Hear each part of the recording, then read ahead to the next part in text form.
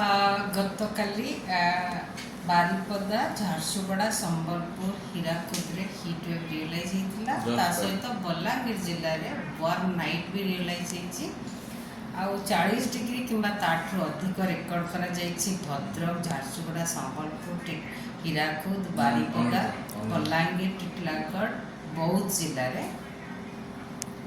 ତା ସହିତ ଆଗାମୀ 5 ଦିନ ପାଇଁ ହିଟ୍ ୱେଭ୍ର ୱାର୍ଣ୍ଣିଂ ଜାରି କରାଯାଇଛି ଆଇଏମ୍ଡି ତରଫରୁ। ଆଗାମୀ 24 ଘଣ୍ଟା ପାଇଁ ସିଭିୟର ହିଟ୍ ୱେଭ୍ କଣ୍ଡିସନ୍ ରହିବ। ହିଟ୍ ୱେଭ୍ କିଛି କିଛି ସ୍ଥାନରେ ରହିବ, ଆଉ ସିଭିୟର ହିଟ୍ ୱେଭ୍ ଗୋଟେ କିମ୍ବା ଦୁଇଟା ସ୍ଥାନରେ ରହିବାର ସମ୍ଭାବନା ରହିଛି ଝାରସୁଗୁଡ଼ା, ମୟୂରଭଞ୍ଜ ଆଉ ସମ୍ବଲପୁର ଜିଲ୍ଲାରେ।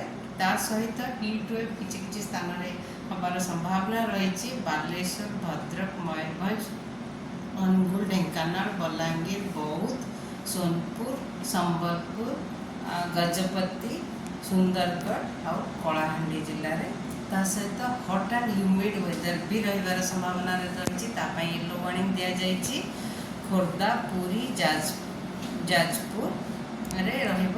ଆଉ ୱାର୍ମ ନାଇଟ୍ ରହିବାର ସମ୍ଭାବନା ରହିଛି ବଲାଙ୍ଗୀର ଜିଲ୍ଲାରେ, ବୌଦ୍ଧ, ସୁନ୍ଦରଗଡ଼ ଆଉ ମାଲକାନଗିରି ଜିଲ୍ଲାରେ। କାଲି ପାଇଁ ଯଦି ଦେଖିବା 15 ତାରିଖ ପାଇଁକି ମଧ୍ୟ ହିଟ୍ ୱେଭ୍ ଦିଆଯାଇଛି। ଇଭିନ୍ ଅରେଞ୍ଜ ଆଲର୍ଟ ଆଜି ପାଇଁ ଦିଆଯାଇଛି, କାଲି ପାଇଁ ବି ଅରେଞ୍ଜ ଆଲର୍ଟ ରହିଛି।